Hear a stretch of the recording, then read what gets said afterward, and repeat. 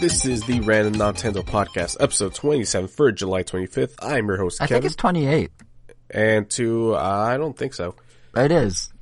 It is the 5th. Today's the 24th, making tomorrow Sunday the 25th. But not the, you got the, yeah, no, but it's 28, Kevin. Okay, randomnintendo.com, which is I'm still on not it protected. right now. Are you? I know. Yeah, 27. Right between the size matter and spilling the tea is Ram Nontendo 27, which makes this Ram Nontendo 28. I guess I didn't update the iClouds. No. Yeah, that one says 27. Yeah, no. Well, I updated it from 26.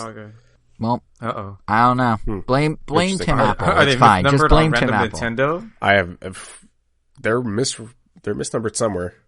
I think what happened is I don't know where they got misnumbered, actually. I was going to say it might have been when we did the Angel and Jason Power Hour, but that didn't have a number. So if anything, you should be one ahead, not one behind. So I don't know. We'll figure Tim it Apple's out. Anyways, fault. It's fine. I'm your host, Kevin. And to my virtual left, we got Jason. We have a 22, Angel. I'm Jason. Hi. I know. And that is, to my virtual right, Angel. I am Angel. He is Angel. I'm sorry. The reason I probably didn't remember the numbers is because it has been like a minute since we've recorded, hasn't it? Like, probably our longest gap between recordings. Yeah, because we did the normal Random Nintendo up 259 like early, but like 4 days early. So yeah, this week and a half since we last recorded anything. Yeah, you went to Mexico, huh, Jason? I did. Yes, I was at a little gated community down in Mexico. It was fun. It was my first time in Mexico. We drove down to Mexico, which interestingly, Mexico doesn't care if you have a passport. We rolled through like it was a state line. It was really bizarre. Coming back, of course, the U.S. is like, ho, hold on. But going down, it was like nothing. But yeah, it was fun. We just, we stayed in this little like beachside surf community called Las Gaviotas or something like that. And I was just, down there for my girlfriend's sister's birthday. Her family rented like an Airbnb there.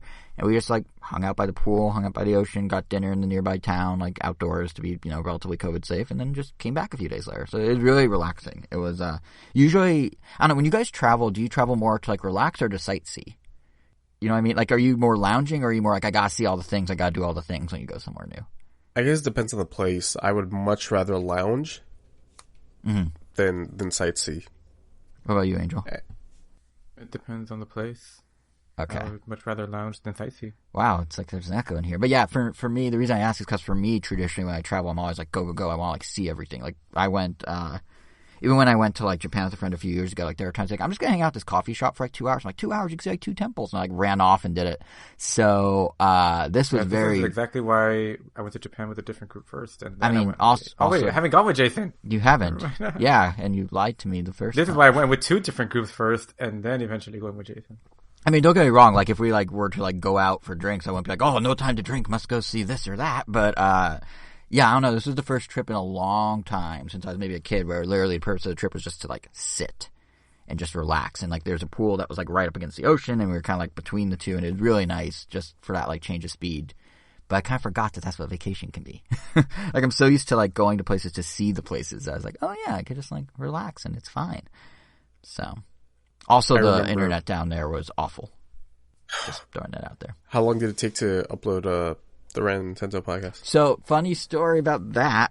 So, if anyone is really tuned into our YouTube channel, randomnintendo.com, you may have noticed that episode 259 was not there for like 15 hours. I started uploading the video from Mexico at, I think, 11 a.m. the day before the episode went live, so that Saturday. And it went to 2% at one point. And I'm like, oh, that's cool. And it was like 2 hours later. Then it went back to 1%, which I didn't even know was possible. That you can literally lose your internet can be so slow, it's sapping away the data it already gave to YouTube. But eventually, about 8 p.m. is at 5%. And I was like, we're going to be back in America beforehand. So I just canceled the upload. But I did a speed test. And, well, first, the audio did upload in about 45 minutes. Normally it takes about 10 seconds.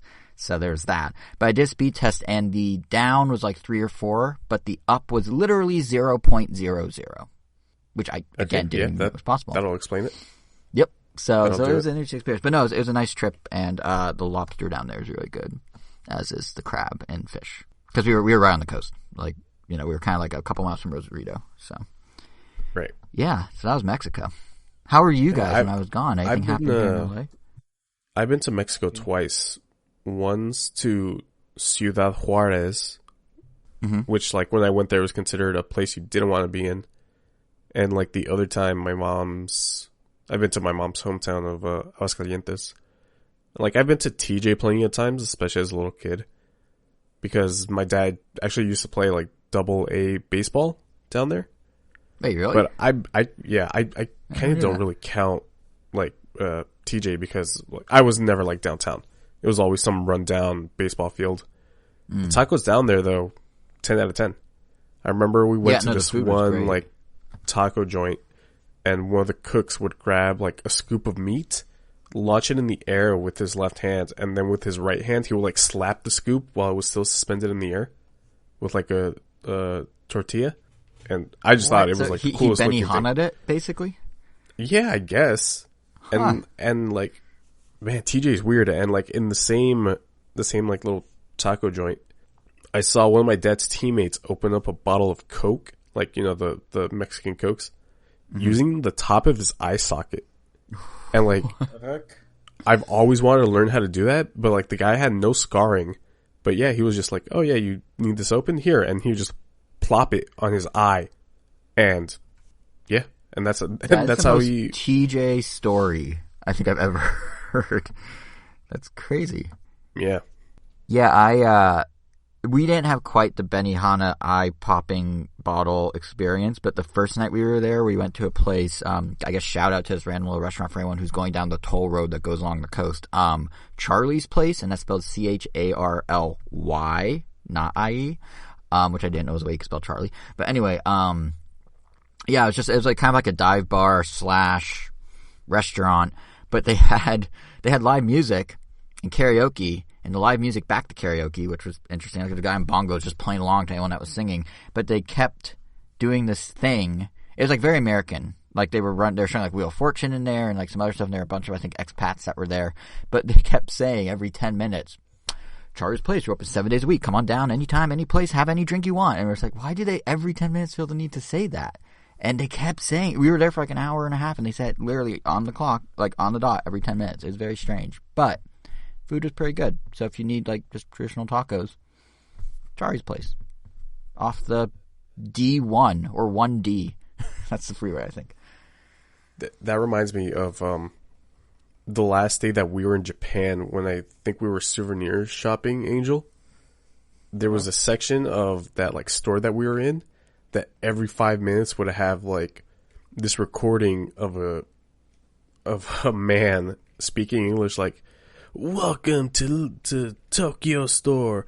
We got such cute bags for you. We got so much merchandise. I don't know if you remember that, Angel. Was it like the big department store looking place? Yeah. Or was it? Are you thinking of what's it called? The guy from the Legends, the guy that can't do anything that rides a horse, Don Quixote. Is that the store? It might have been. Because those are the huge multi-level, like, everything stores in Japan. They're multi-level. I remember one of the ones we went to wasn't multi-leveled, but the one I went to in Tokyo and the one I went to in Osaka are both like 3 stories tall. Damn. Yeah. But yeah, I don't. Yeah, I think it might have been. I'm not too sure. I think what's perplexing me about them saying every 10 minutes that they're open 7 days a week is one, who isn't, and two, like it was pretty dead there. Like, who are they telling every 10 minutes? Like, who is in there drinking or eating so fast that they risk, what if they didn't hear us 9 minutes ago? We need to say it again. Like, it's like even the gift shop, it makes more sense because they're, it's a constant churn of customers. But if you're at a restaurant, you're sitting, you hear it. And it wasn't a recording. It was a guy that was consciously looking around the room and going, yup, these are the same people. Time to repeat myself. Like, it made no sense. Although the 7-day-a-week thing might make sense because there was a weird giant plastic Jesus on a mountain, sort of, near us. near where we were staying. It was kind of like someone saw the Rio statue. And it was like, what if we did that, but like we just got paper mache, so let's just use paper mache. But it was like right there overlooking all of it. So maybe that's why they said 7 days a week. And like, you know, even in Jesus' shadow, we are open on Sunday. But again, why every 10 minutes? I don't know. But it was a fun trip. It's just one of those life's mysteries. I guess so. It's up there with like why Kanye can't release an album on time. That's a life mystery. Like what? 3 years in a row, he can't release an album he promises. Anyway, sorry. Not to go on a Kanye rant, but I don't get it. I'm sure whenever he released that, you will have your opinions on it that we will talk about in this podcast. Probably. It's so tricky with him. Because, like, I don't like his personality or his beliefs or anything, but, like, I've been a fan for so long that's hard to just be like, never again. Like, it's hard to swear off him. I'm always intrigued. But yeah, once Donda eventually comes out in 2027, we'll have that conversation. Cool. Well, for right now, let's just get into our usual rigmarole. Jason, Yes. Last night you saw Space Jam. And Space Jam, A New Legacy. Yes, I watched both of them. Which I think, Angel, you also watched both in the same day, right? Not the same day. Oh, I literally did them back to back. And, you know, the internet, I feel like, is pretty mean about New Legacy, the new Space Jam. And, you know, watching it's like, oh my god, this thing is a giant commercial for HBO Max. Like, literally, there are scenes where they just take scenes from other movies and just shove the Looney Tunes in them for a minute. Like, they're random, too. Like, you know, all the kids love a reference to 1999's Austin Powers. But Casablanca. Well, or Casablanca, or The Matrix, they kind of called back later in the movies. So that one almost worked. But then, like, Mad Max Fury Road, because, you know, every 7-year-old has definitely witnessed Mad Max Fury Road. But yeah, then as the movie went on, it was kind of, all right, they're slowing down the references. It's not quite as much of an ad. And then when it was over, it's like, well, that was, So then my girlfriend and I were like, all right, let's watch the first one. So we watched the first one. And at the end of that movie, we were both like, And we realized, I think, and Angel, I know you love making this point about Star Fox when we talk about Star Fox, but I feel like there's a lot of nostalgia, like rose-tinted glasses for the first movie. And in reality... Oh, there definitely is. Yeah, and in reality, these are basically the same in quality, if not the second one being slightly, even arguably better just because it has more meat on the bone. Which sounds absurd because if you watch it in like a vacuum, it's a ridiculous movie and there are potentially a million problems with it that I could get into. But like, yeah, they're really equal. It comes down to like tasting what you thought. I mean, like, no, I agree with you all the way. Like when I saw the second one, I mean the first one again after the second one, yeah, it was like, if it wasn't for nostalgia, I would think the same about this movie. But you know, like hearing I Believe You Can Fly right in the beginning, hearing the freaking Space Jam theme, or just, you know, we saw these movies, like, I know, like, my sister and I and some friends, people watch this movie on VHS, like, almost, like, every hour, like, for a couple months. And so, like, we know, like, this movie, like, almost, like, line, like, you know, line for line. So, you know, like, obviously, I still liked it. I'm like, oh, man, childhood, blah, blah, blah. But that's kind of, yeah, because otherwise, like, even, like, the basketball player... Actually, even at the time, I didn't know who, like, most of these basketball players were. I didn't know who Charles Barkley was, or... I still don't know who, like, the other three were. Except that, like, one dude was really tall, one dude was really short, and there was someone else. And even, like, the Bill Murray just kind of appearing out of nowhere. I, as a kid, did not get the Bill Murray. They asked him at one point in the original... hey, like, how'd you get here to, like, Toon World or whatever? And he's just like, oh, I just know the producer, so a Teamster dropped me off. And that joke went completely over my head as a kid, but it's actually kind of a funny meta thing. But anyway, sorry, didn't mean to...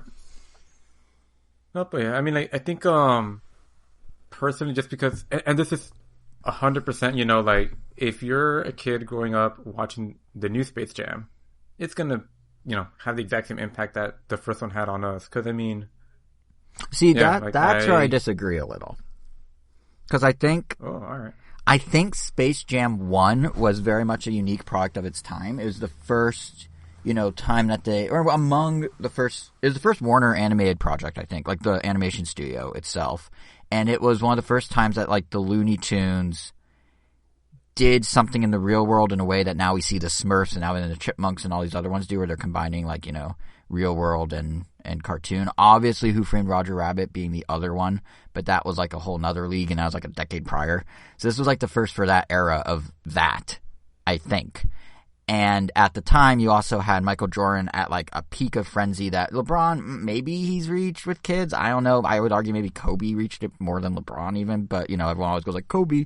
Like, they don't go LeBron. You can't use as much about Michael Jordan as they do about LeBron when I saw either one of them. Right. Okay, fair. But I guess my point more was it was more unique at the time.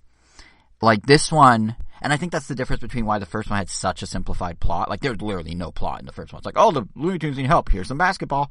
And this one, like, they had this whole, like, kind of convoluted thing with, like, what if LeBron was a bad dad? And then, like, you got an argument with his son, but his son likes making video games. So what if instead of a basketball game, they're playing a video game basketball game and they had power-ups? But then also, like, there's the algorithm, because everyone loves technology now, right? But what if technology was watching you and was actually scheming against you to take over the world through LeBron James? Well, let's do that and have Don Cheadle be a guy named Algae Rhythm and do all that stuff. Like, it was, like, so many more things, because I think they kind of have to now. Like, this movie just got that. Oh, you did? Yep. I remember hearing... For that, I definitely prefer the first one. I think I like the more simplistic plot, even if they're both dumb. I remember hearing, like, oh, that's Don Cheadle's name. And being like, that's a stupid name. I literally just got it. At one point when they first said, because I think they said, hi, I'm Algae, and then they paused and said Rhythm. And when they said Algae, I'm like, why are they making a, like, Sacha Baron Cohen reference? Like, Ali G? Like, that's weird. And then they said Rhythm. I'm like, that makes sense. But, no, the thing I was getting at is, like, Space Jam then versus what we have now is kind of a dime. Like, then it was kind of unique. Now it's kind of dime a dozen. Especially because Looney Tunes don't resonate with kids, I would argue, the same way. And then you look at the references in the movie. Like, Bill Murray, you know, you're saying in the 90s you didn't necessarily appreciate, but, like, a lot of kids knew Ghostbusters. He was in Ghostbusters. With this one, like, they didn't lean that heavily on, like, the actual shows kids watch. Like, they could combine Looney Tunes with, like, Adventure Time, Steven Universe, you know, anything from Cartoon Network, even Powerpuff Girls or stuff. They instead leaned on all these, like, properties for the parents, which I get was for the parents, but then for the kids, I feel like it doesn't have the same impact necessarily, because they don't know, oh, there's a guy cosplaying as a White Walker behind, you know, Don Cheadle at one point. Like, it's just, oh, there's some random character. So, I don't know, it feels like this one, because movies have done this a dozen times over now, not with basketball, just with this idea of combining cartoon and real life. Kids might like it, and kids might be like, oh, this was cool, but is it going to, like, have the staying power of the first one? I think just because it's not so unique, it's not, like, this weird new experiment, I don't think it's going to resonate in the same way with those kids. I don't know. I don't think it was as unique as you think it was. I mean, we also had Mary Poppins before that. Because I don't remember, I mean, when I watched it, it wasn't like, oh my god, look at this combination of animation and live action. Like, I don't remember that ever being, like, what I considered a cool part about it. If anything, it was just the fact that the Looney Tunes were there. Yeah, but think about how little the Looney Tunes are relevant to kids today, by comparison. Looney Tunes were, like, in a moment in the 90s. They're definitely less relevant. Yeah, I'll give you that. Yeah, sure. I mean, literally, the original Space Jam spun out of, which I didn't know until recently, the original Space Jam spun out of a commercial for hair that was called Hair Jordan, which was a riff on Air Jordan, obviously, and it was Bugs versus Michael Jordan, and it was for Nike, and it was 30 seconds, and that's because Looney Tunes was so big that Nike's like, oh, we want to do an ad with Looney Tunes, and then it turned into this movie. That wasn't what started this one. This one was just like, hey, parents, remember Space Jam? 90s are back. Let's give it another go. And then, you know, they take kids because, oh, hey, it's a new cartoon, and you might recognize some characters. So are the events of the first Space Jam, are they acknowledged in this movie? The aliens are there. So that's the other thing. Yeah, I'm going to go on. Which also doesn't make sense because they became Toons at the end, so they would ideally want the Toons want to win. Yeah, so that's the other. Again, yeah, they pop up twice. It's like they didn't watch the first one.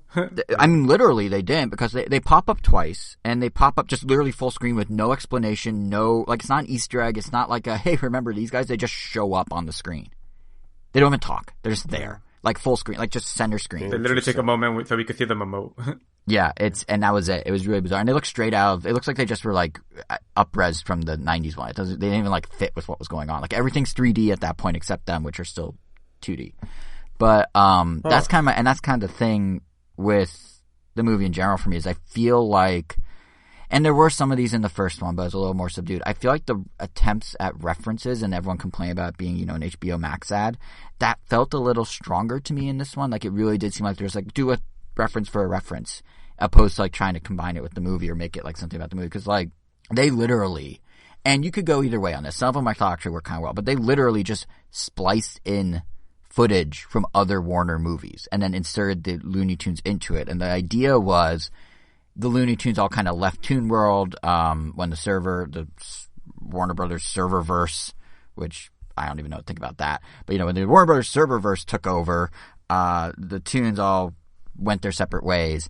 And they're like, all right, so like Wile E. Coyote's in Mad Max and I forgot who is in Austin Powers. And then the only one that makes sense, that actually like ties into the plot, was the Matrix one, which was, I think, the granny from Sylvester and Tweety.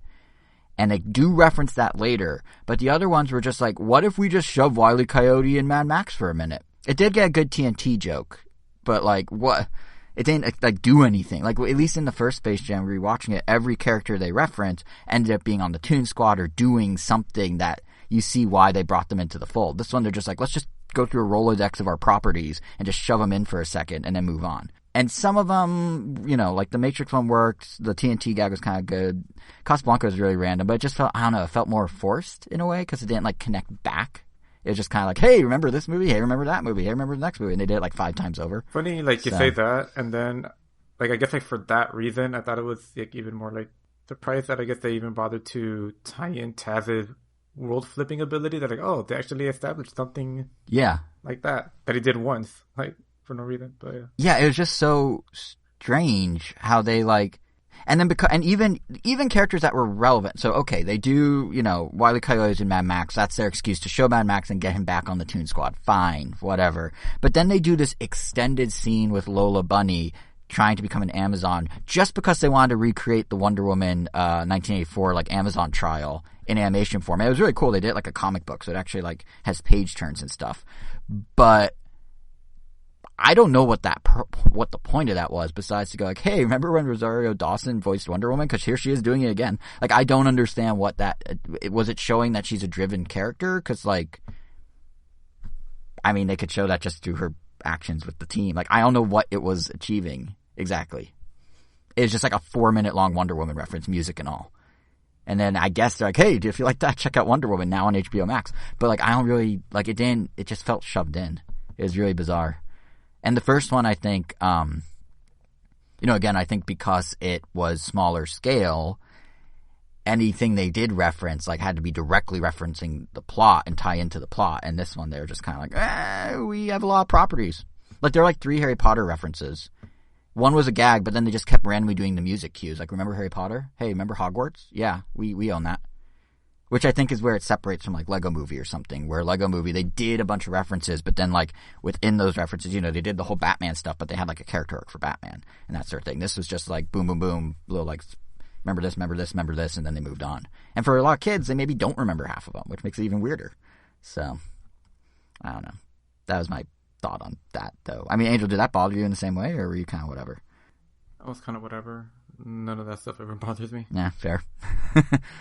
It's funny, though, because I love meta. Like, I love meta stuff, but I think because Animaniacs has done this but done it better, and Lego Movie's done this but done it better, and, there's all these things that Warner has produced that have done this but better. Even Ready Player One, I think, was them. This just felt kind of like, oh. I don't know. I think my expectations were this exactly. Like, I guess after watching the trailer, I was just like, oh, it's going to be a giant commercial. And just was. I got that vibe from the trailer, and I was fun. I actually had a lot of fun pinpointing the poor costume recreation, like in the crowd shots of the basketball game. Like they had the mask in there. They had like the Clockwork Orange guys randomly, like Iron Giant, the Hanna-Barbera characters. Like they had a bunch in there, and that was actually kind of fun to try and figure out. In there? Yeah, they're in the crowd. Weird. They also have the It Clown and Joker and Penguin and. It's a huge, weird mix of things, and that was kind of like the sort of Schwarzenegger's Mr. Freeze. Yeah. Well, that was a more direct reference. Didn't they dress someone up as him? They dressed LeBron as him, didn't they? I don't know. No, he was just in the background. Oh, because he was also when they were talking about LeBron in like the Batman universe. They also had him dressed like Mr. Oh yeah, Freeze. they made him Mr. Freeze. No, yeah, but this Mr. Freeze was just like his bathrobe. Oh, gotcha. But yeah, like they had all these like little winks and nods, and those are kind of cool because like they're not, they're in the background. But when they're literally like, pump the brakes, we're gonna show you reused footage of Austin Powers, but we'll insert Elmer Fudd as Mini-Me. You're kind of like, what? Okay, like it just didn't. I don't know. But yeah, I do think the other kind of funny thing is, you know, if you look at HBO Max's structure, it's very similar to Disney Plus, where they have hubs based on characters and or based on properties, and that's literally how they structured the movie. So there's like a Looney Tune world for all the cartoons. There's a DC world for all the DC heroes. There's like a Harry Potter world for all the Harry Potter content. Like, it was literally like you're flying through the HBO Max menu in a way. But to answer your question, Ken, from like 10 minutes ago, do they tie it back to the original? Yes, with the cameo. No, with anything else. They do reference that they've done this before, and they actually have a really good, midway through the movie, a really good gag about Michael Jordan that I'm not going to say anything more about. But they act like the first movie happened, but the world doesn't match it, because in the first one they live inside the Earth, and in this one they live in a server. And they know they're not real in the server, but they think they're real in the Earth. How they say the same one? Like, they were different. Yeah, so like that doesn't make any sense. So it's the same bugs, but it's the same bugs, somehow. It's the same Lola, it's the same everything. But like, I guess the first one, yeah, I don't know. And even the server verse recreates the vibe of the space planets and stuff from the first one, but one's digital and one's analog. Yeah, because I mean, yeah, they apparently always existed in one, and in the other one, I mean, they were straight up digital creations. So yeah, unless they uploaded their memories, but yeah. Also, there's a Game Boy in the first 2 minutes, which was kind of cool, because little LeBron was playing a game I had on my Game Boy, which was kind of cool. So Bugs Bunny Crazy Castle. But I know the internet had a field day, because like, oh my god, he's playing they're showing like a color version of a game on an original Game Boy, but like if you actually watch the footage, it starts black and white, and then it morphs into color, and even becomes like 16 and 32-bit as he like gets more engulfed in the game for those few seconds. So was it Shaq in the Windy City? What? Was it Shaq in the Windy City? Did that ever come out on Game Boy? I don't think it. No, it was Bugs Bunny Crazy Castle. Gotcha. Yeah, but yeah, and then he throws his Game Boy in the trash, and I was about ready to turn off the movie, because how dare he disrespect the Game Boy like that? But I kept going. Of course. But yeah, Adrian, I didn't mean to step on your impressions. Was there anything else you like? Anything else you wanted to say about it or thought about it? I've got nothing else to say about it. Okay. There you go, Kevin. So is that a recommend? I guess. I love weird intellectual property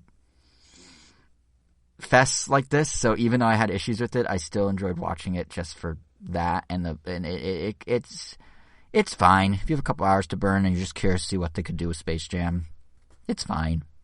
That's my glowing recommendation. Put it on the box. It's fine. Space Jam. It's fine. Ringing endorsement from the Random Nontendo podcast. Yeah. Cool. So I guess with that, we could easily transition into Black Widow, because Disney Plus did their little Black Widow hub around the release of this movie. They turned every movie poster into Black Widow. Jason has seen it, though. I have. Am I the only one? Angel, have you like read summaries or spoilers or? I don't even care enough about this one to do either of those. Well, Ouch. I think there's two ways to look at I feel like this is just the Jason hour. I think there are two ways to look at Black Widow, honestly. One is as a standalone movie, and one is as a Marvel Universe component. As a standalone movie, actually it was, I didn't know exactly what to expect. I knew it was going to be kind of like James Bondy, supposedly. So I was like, all right, I watch every Marvel movie. I've seen literally all of them. Let's do it. And I was kind of pleasantly surprised that they found you've watched all of them? I've seen all of them. Damn. This was actually the only one I haven't seen impressive. in theaters. I've seen every single one in theaters. This one I watched at Rachel's dad's. But yeah, Rachel being the girlfriend for those out there who don't know. But yeah, I went into it kind of expecting James Bond. I was pleasantly surprised that it ended up being kind of a mix, actually, more of Jason Bourne movies. Like, it had, like, literally, like, the first half of the movie feels like Bourne Identity. Even, like, kind of, like, the set pieces. And then it kind of does this interesting thing where it transitions into almost like a Marvel take on The Incredibles if the family was Russian. And I'm not going to spoil too much beyond that. But, like, it's a full family affair. And there are some threads that kind of connect how it goes from a Bourne movie to an Incredibles type of movie. The switch, when it comes time for the family to do their thing together, the switch gets a little, like, abrupt. It's just kind of like, oh, I guess we're just a super team now. But in the middle of that transition, they actually do a really good bit about like family dynamics and everything. Because the thing about Natasha, Black Widow, in the Marvel movies is she never really got much backstory. They made references to things, they alluded to things, they mentioned, she was part of the Widow program, which, for those who haven't followed along with Marvel as closely, is basically being brainwashed by Russian ops to be assassins and do what they want, essentially. But Black Widow, Natasha, was able to break free from that, which is, kind of her turn eventually in the Marvel movies, and she becomes a good person, but has all this training. So they do kind of touch on that, and you meet her sister, and there's actually some really good scenes where they're kind of like reconciling, their situation with their parents, and they have like real like earnest kind of like family dinner bickering and stuff that felt like surprisingly like, it wasn't like Marvel would do with like Iron Man or something where they bicker but they try and make it like comical. It was just straight up like family bickering that felt like really organic, and it was just interesting to see like a family dynamic of that extent inside a Marvel movie, even if it was kind of shoved between Bourne and Incredibles, like in this weird moment in the middle. But, so that was kind of cool. And then they go into the big, every Marvel movie has to have a huge climactic third act that's like half CG, and they do that, and that's when it becomes kind of Incredibles, and I think that on some level does slip in quality a little, because they start having some plot holes. Without saying too much, I don't understand how the big bad in the movie went undetected, given what he's doing and where he's doing it. And if you see the movie, you'll probably ask the same question, especially in light of other big bads in other Marvel movies doing similar, being in similar places for their goals. And, you'd think that'd be a warning sign to the world, like, hey, maybe this is a place you should be checking regularly. But that's all I'll say about that. But yeah, so it's like a standalone movie. Actually, I had a lot of fun with it, more than I expected. As a Marvel MCU project, I think it is part of this new class of Marvel projects where, including the TV shows, and I know we're going to get to Loki at some point, Kevin, where the old Endgame of the Marvel movies was literally Endgame. It was, the idea that everything, you're seeing all these pieces of this puzzle that are building towards this one central climax, and every character you're introduced to goes towards that one central climax. What I feel like is happening with Marvel now is because they did that one central climax, they're now kind of like trying to reset the pieces. So, Black Widow is just as much about her sister as it is about her, because, spoiler from Endgame, and I'll wait a beat, Black Widow's out of the MCU at this point. So, that's done. So they need a new, like Scarlett Johansson, Natasha is done. So they need a new Black Widow. So, introducing your sister, having them kind of bounce off each other, having the dynamic and like the Incredibles family moment kind of come together, all that was essentially to set the ball in motion for this new Black Widow. The same way that the Hawkeye show, when it comes out, is supposedly going to be setting in motion the retirement of Clint as Hawkeye and his daughter taking over.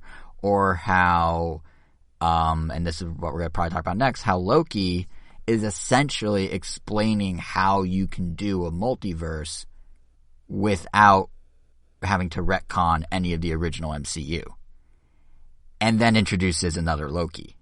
Now, in this case, they're in parallel, it seems like. It's not like one's going away and one's staying. It seems like they're both going to be around. But there's now this other Loki, so Tom Hiddleston wants to step away, he can. And like Thor, when it comes out, to cast Natalie Portman is kind of the new Thor. So then if Chris Hemsworth wants to step away, and obviously Iron Man's already gone, Captain America's already gone. Wasn't Natalie Portman out of the MCU at some point? Yeah, so that's the thing. This movie is actually set, and that's the other problem with it. No, I meant like as a person. Like, sorry, yeah, Natalie Portman. I thought you were saying Scarlett Johansson. Yes, she did leave, but she eventually came back for a cameo, and I think Marvel just threw a ton of money her way, and like, you want to be Lady Thor? And she's like, okay. So it wasn't necessarily a cameo. It was unused footage from the Dark World. But I thought they had to ADR it. I thought they had to come back in and redo the lines or something. No, she had no lines in her quote unquote cameo. Oh, that's right. She just like turned, right? Like literally turned to the camera. Yeah. But yeah, so they're kind of doing this thing, and like Falcon and Winter Soldier, like the entire premise of that movie is to explain or the show, the 6 parts, is basically like, what's up with Falcon? Who's he going to be next? So like it feels like instead of Marvel being like, all right, we're introducing all these characters and we're going to like kind of move them into this middle ground, this like end point where they all meet, they're now doing like, all right, we need to basically put down entirely new chess pieces, but all the characters. So we're going to do a whole suite of movies and shows that are just like explaining away why things are no longer how they are. Which isn't hugely different than how they introduce character by character for the first, 23 movies to get to the end of Phase 3. But it just feels like such a more, I don't want to say blatant reset, but it's just such a okay, so they're doing this to introduce this guy. They're doing this to take away this person. Like, Black Widow should have had this movie in between Civil War and Infinity War. That's where it makes sense in the MCU timeline.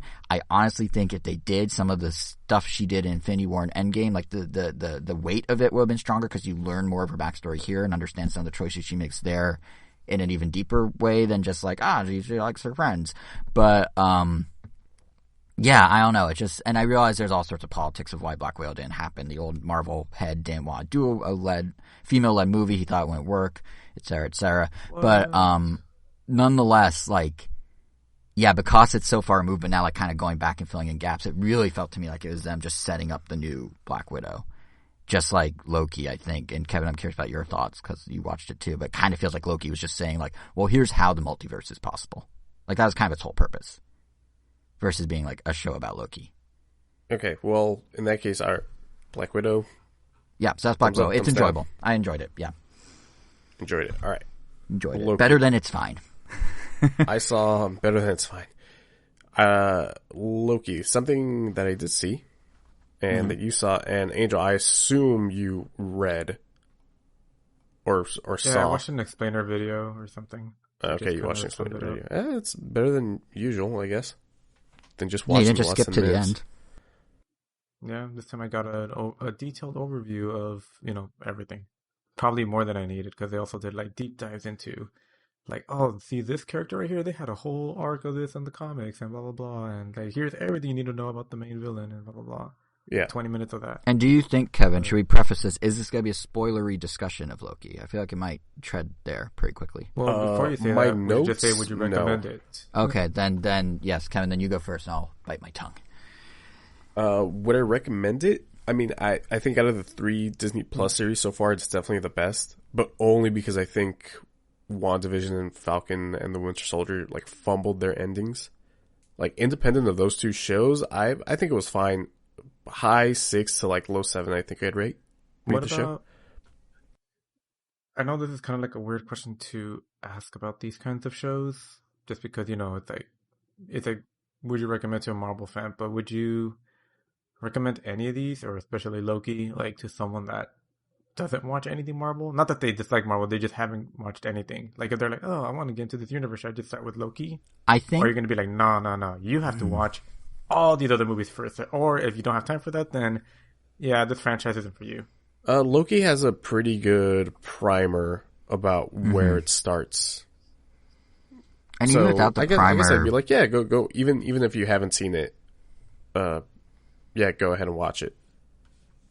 Yeah, I was gonna say, even without the primer, in the same way that WandaVision obviously has a huge tie-in to MCU, but it's kind of also just about TV. So you could watch it and appreciate the TV references on some level, and it will become a Marvel thing by the end. But there's enough there that if you just are a fan of TV, you can get something out of it. I feel like Loki, in a similar way, is just so many send ups and homages. There we go, to sci-fi and to Blade Runner and to this whole era of different types of sci-fi and time travel and thinking about free will, that you can get something out of it. The primer, even without the primer, as long as you pick up, okay, Loki got dumped in this situation, you can kind of roll with it and just appreciate the nods to the genre tropes, and even occasionally when it subverts them. So I think the only one that you really you need to appreciate the MCU is Falcon and Winter Soldier, because that's just straight up hey, remember this in Avengers? Okay, now it's becoming this. And it's oh, okay. So, yeah. But anyway, Kevin, I guess you wouldn't have any idea who Zemo is if you didn't see Civil War. But yeah, it's just this random pretty dude. Much not watching a lot of the MCU with the Loki. And it's interesting because... sorry, go ahead. Go for it. I was just saying it's interesting because that's basically what's happening with Rachel's family is they're rewatching all the MCU, and her sister hasn't seen any of them. So I'm seeing sort of secondhand someone jumping around the MCU and picking things up. They watched the 3 Iron Men back to back, which are out of order from proper MCU. And they watch she watched Black Widow before seeing Endgame or Infinity War, so she didn't know what happened to Natasha. But like there was a bunch of like jumping around, and it's interesting to see like how it resonates with someone who is disconnected more from the franchise as a whole. And they do work on their own. That's the thing that I think Marvel is going for. It is you might have some questions and not know who someone is at a given moment, but their plots are relatively contained, which is by design. And that's partly why some people say they always feel sort of cookie cutter, because they always have to follow kind of a similar playbook to ensure that it is consumable by someone who hasn't watched all 23 in theaters or whatever. But yeah, that's kind of the weird beauty of the MCU, is like you can hop in at any point and still enjoy yourself. It's just to the degree that you get it can vary, I guess. So I guess that there's a lot of well, you already brought up the talk of like this how they introduced the multiverse. Mm-hmm. And the last episode was a lot of that. Well, I mean, it just straight up sets up the multiverse. And a lot of people, including you, I remember last week before we started Red Nintendo, you were like, oh man, can you believe that's how they set up the multiverse? And everybody treated it like as this big revelation, even though we've been headed this direction for a while now, and it's been explicitly told to us, not even by like WandaVision, which sets up the multiverse, but the fact that we have a Doctor Strange movie that's literally called Multiverse of Madness. Yep. And the like Kevin Feige also being like, oh yeah, we're gonna do the multiverse in this run of Marvel. So I don't understand what the big hype was about. I think for me what it was is we knew the multiverse was coming, but what I thought Loki did well, and I did, hopefully this isn't a spoiler, but they basically explained away extremely cleanly how the MCU never had to think about this before. Like we had, if there's a multiverse, why didn't someone from one of the other verses come and like stop Thanos if it's that big of a deal? But they very cleanly were like, oh, well, here's why the MCU was how it was up to this point.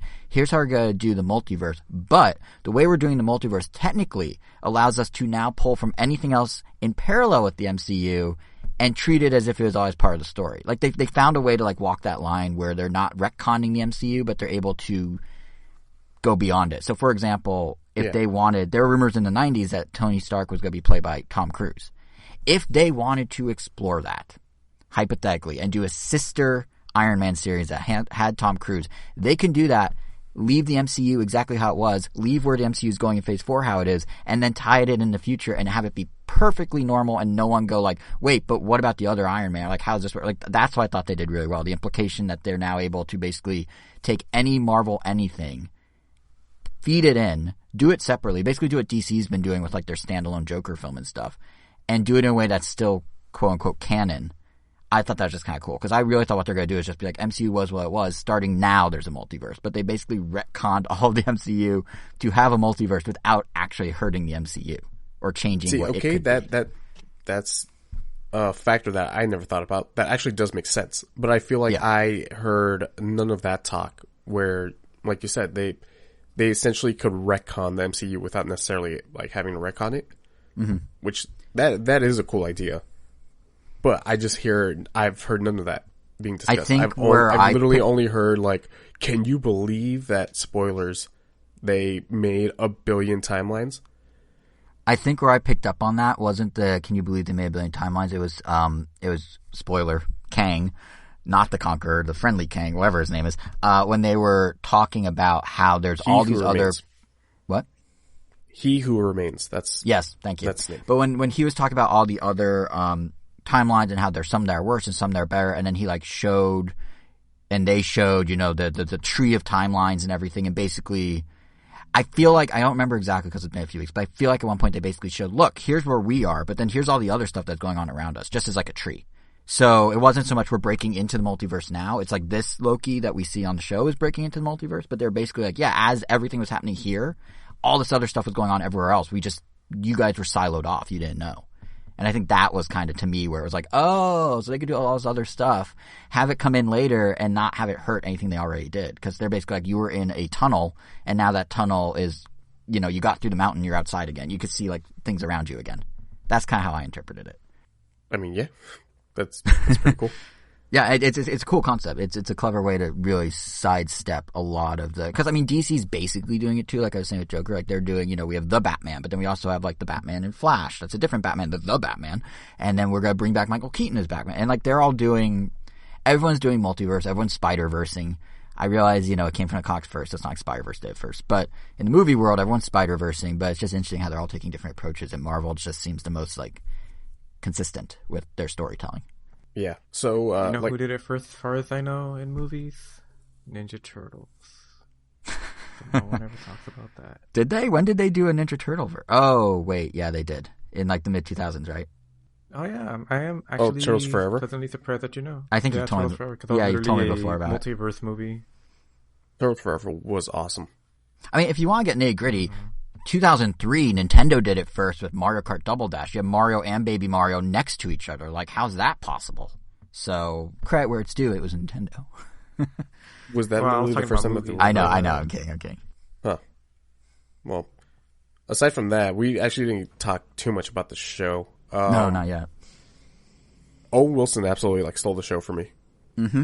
I think his character Mobius is great. Go get him. The rapport that he and Loki had was fun, and oh man, like I said, I'd rate this a high 6 to low 7. In the show, what happened? Mobius. Mobius. Ah, Mobius. He never once said "wow." By the way, cop show, and I didn't get that. Really disappointing. Which was incredibly disappointing. I guess once again I set my expectations to something else, and they gave me something that I didn't necessarily want, because I feel like especially those first 2 episodes make it seem like this is going to be a show about Loki and Mobius. Mm-hmm. But no, it was literally just about Loki and his spoilers, his variants. His Lady Loki. Yeah, Lady Loki, Sylvie, I hardly cared for her. And I think that's probably why I didn't enjoy this as much as I thought I was going to, because, I mean, she's the other main character. She's admittedly probably more important than Owen Wilson. I mean, I didn't find her interesting. I don't know how Jason felt. She was, I feel like she was there to serve a plot purpose, and that was it. Like, her whole... Basically, to me, her whole existence... Any character in any show ever? Well, no. But my point is, her whole existence seemed just to be a driver of why Loki was getting tagged along on this journey to figure out what's going on with the verses, essentially. She was like, oh, well, little light spoilers here, but she was basically like, oh, I was, kidnapped as a kid by this organization that fixes timelines. That's kind of the premise of the show, and now I want revenge. It's like, all right. So then she and him kind of bicker, and then they end up getting along and working towards the same goal, because she sort of tells Loki what's going on in a way that he starts to understand, oh, there's something else at play. But they never really dive into her beyond, she was kidnapped as a baby and now she wants revenge. Loki, I thought, actually had a pretty good character arc, all things considered, because he's pretty, he's had some development in Marvel movies, but he is a little one note. But they actually went pretty deep with him and had him actually start caring about someone, which was kind of nice to see. But yeah, she was just kind of consistently they cared about Thor. They were, yeah, but I mean, yeah, on some level. And but I mean, theoretically, this Loki doesn't care about Thor. Yeah. Oh, you're right. Yeah. He's at the peak of his anger with him. Yeah, exactly. Yeah, so Sylvie to me with him. Yeah, peak of his anger. Is that what you just said? The peak of his anger, because he got him arrested. That was the last interaction they had. Yeah. Yeah. But, Sylvie just to me felt more like, she didn't feel developed enough, is I guess what I'm saying. She felt too much like a plot device. Especially at the end where, sorry to hear that. Nah, spoiler, but at the end where they start to, make it seem like she is more developed, and then they literally, pull a ripcord on that idea at the last second, because they need to progress the multiverse idea. Yeah. The TVA stuff, super cool. I love its whole aesthetic, the atmosphere, the retro architecture. Look. Yeah. That. They said that their gadgets they use, the TVA, time tracking things, are inspired in part by the Game Boy camera. I don't fully see how, outside of when they showed, images of people on it, they were kind of pixelated like a Game Boy camera image. But yeah, apparently the director or producer or someone said Game Boy camera was an inspiration. So there's a little Nintendo trivia for you. That whole TVA stuff gave me vibes that I got from Control, that the video game, which I love that game, and so seeing something very, very reminiscent of it, I was like, like a Control TV series would absolutely work if they can make this TVA stuff work. Honestly, it took me a minute till one of our listeners pointed out to me on Twitter, but because I was saying, the Brutal's architecture is really cool, like I love the look of it, like that, the production values or set design are really what got me, and he's like, yeah, it's an homage to Blade Runner, and I was like, oh my god, the whole show is like variants versus replicants, like it's, figuring out who's a variant, who's not, having authority that kind of polices them. It's straight up Blade Runner, which I love Blade Runner. So once it clicked for me, I was just like, oh, that's actually really kind of a nice homage. But it took me a minute to pick up on it. But yeah, that's partly why the TVA I think looks how it does. Is it's very Blade Runner inspired. Yeah. Were you with us in that Blade Runner experience at Comic-Con? Yeah, I was. It was amazing. I don't remember why I don't remember you there, but I do remember I was definitely Nigel. There. I was definitely there. Yeah, they're making a Blade Runner anime now. Point, or like what? Did you say anything funny at any point, or like whoa, there's no, how could I forget this Jason moment? How can you forget any Jason moment, Angel? I'm constantly churning out gems. Exactly. Well, exactly. I'm trying to remember what the gem was. Well, one of us when we were in it, if I remember correctly, so it's Kevin to fill you in a little. So at Comic-Con a few years ago, for Blade Runner 2049, they did a crazy experience where you actually they built a 2-story structure in a parking lot, like a giant hangar, and you start in a VR thing where you're flying around on a Blade Runner car, and then you land, and then you take the VR off, and when you walked into the place to be in the VR, you were just in an empty room with some chairs. Turns out one of the walls wasn't real, and they move it, so when you take off the VR, you are where your car just crash landed in the VR. Like, they built a full-on movie set of sorts, and they had actors walking around, and they were like, taking on the roles of like a street vendor, and they give you they had food like the street food from the movie, like kind of Chinese inspired. They had Johnny Walker sponsored it, so they had like these test tubes of drinks you could drink like in the movie, and they had these actors walking around as citizens of this like Neo LA, including prostitutes. And all I remember, obviously not real prostitutes, but all I remember is one of them taking one of our poster tubes, Angel, and like running away with it, and then like wanting money for it. Because they're like, oh, well, if you're not going to sleep with me, then you better at least pay for this. And I think it was my tube, but it might have been your tube. I don't remember, but that was my memory. And then they also did a thing where they'd sounds like something that happened to you. Yeah, it might have been me. And they also did a thing where they like would check if you're a replicant. So they would actually take your photo and run it through like a fake computer. And if you're a replicant, like the actors would like swarm around you, and if you weren't, you could walk free. And it was like the coolest Comic-Con, like off-site brand activation, et cetera, et cetera. It was so cool. It was like the most immersive one I think I've ever been in. Yeah, for sure. Yeah, so, and now they're making an anime of Blade Runner, so comes out, I think it's called Black Locust, comes out on Adult Swim. Fingers crossed that we get to go to Comic-Con soon, because with this Delta variant, Jesus. Yeah. I mean, I made the possibly foolish choice of Complex Cons happening in November, which is basically Comic-Con for like hip-hop and streetwear and that culture, and we usually go with a couple friends, so I made the choice of buying a ticket just hoping Delta's gone by then. But yeah, I don't know if I want to be in a place where everyone's flying in from across the country if Delta's still peaking. The best comparison I heard was like, if you are vaccinated, it's like having an umbrella. In most cases, in most days when it rains, you're covered, but if it's really torrential downpour, you're still gonna get a little wet. And that's basically kind of like what could happen with the Delta if it keeps spiking, is we could still catch it. We won't die. We won't even be hospitalized, but we could still have like a bad flu for like a week. Yeah.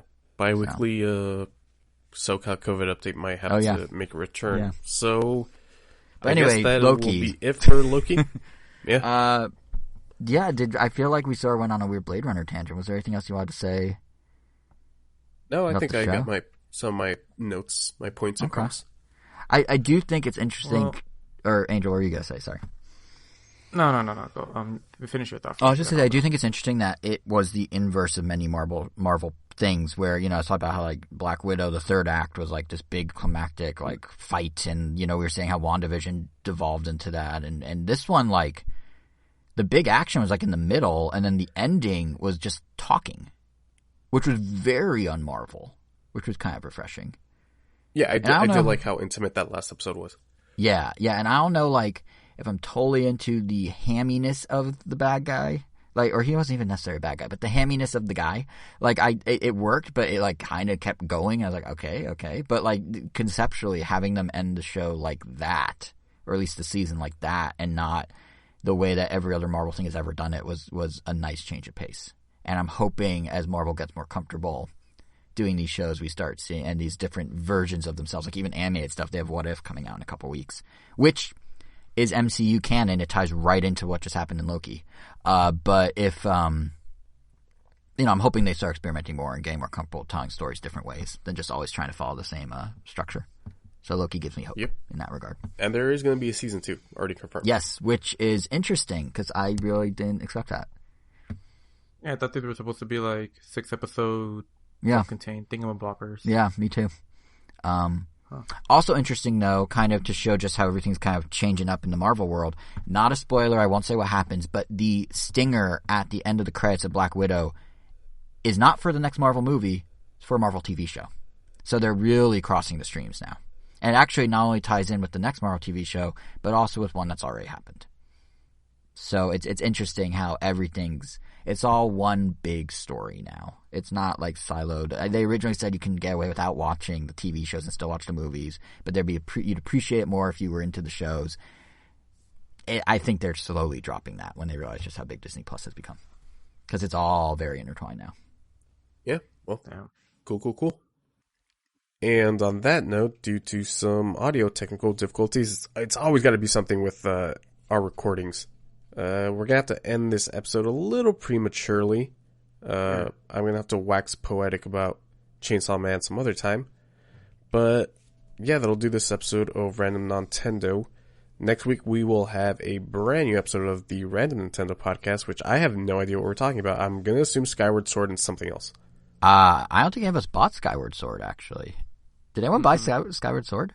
Nope. No, but I've been playing a ton of Pokemon Unite. That's the one I was going to bring up was Pokemon Unite. Okay, there we go. Pokemon Unite. Yeah. We'll talk a lot United about that. We Pokemon. There's the episode title. Done. Perfect. Beautiful. Anyway, yeah, next week. Yeah, I like it. I'm fine with it. All right, well, with that the being irony said, being we're not actually playing it together, but yes, United We Pokemon. True. So you are listening to us on some podcast app of your choice. Good choice, you. On YouTube, we are RandomNintendo.com. We are at Random Nintendo on Twitter. Individually, Jason is at JSR7. Angel is at WEIRO_O. And I am Kevin Gomi. And with that, take us out, Jason. I feel like I said a lot this episode, so I'm actually going to pass the baton. Angel, take us out. We only have so long in this life. Make the most of it.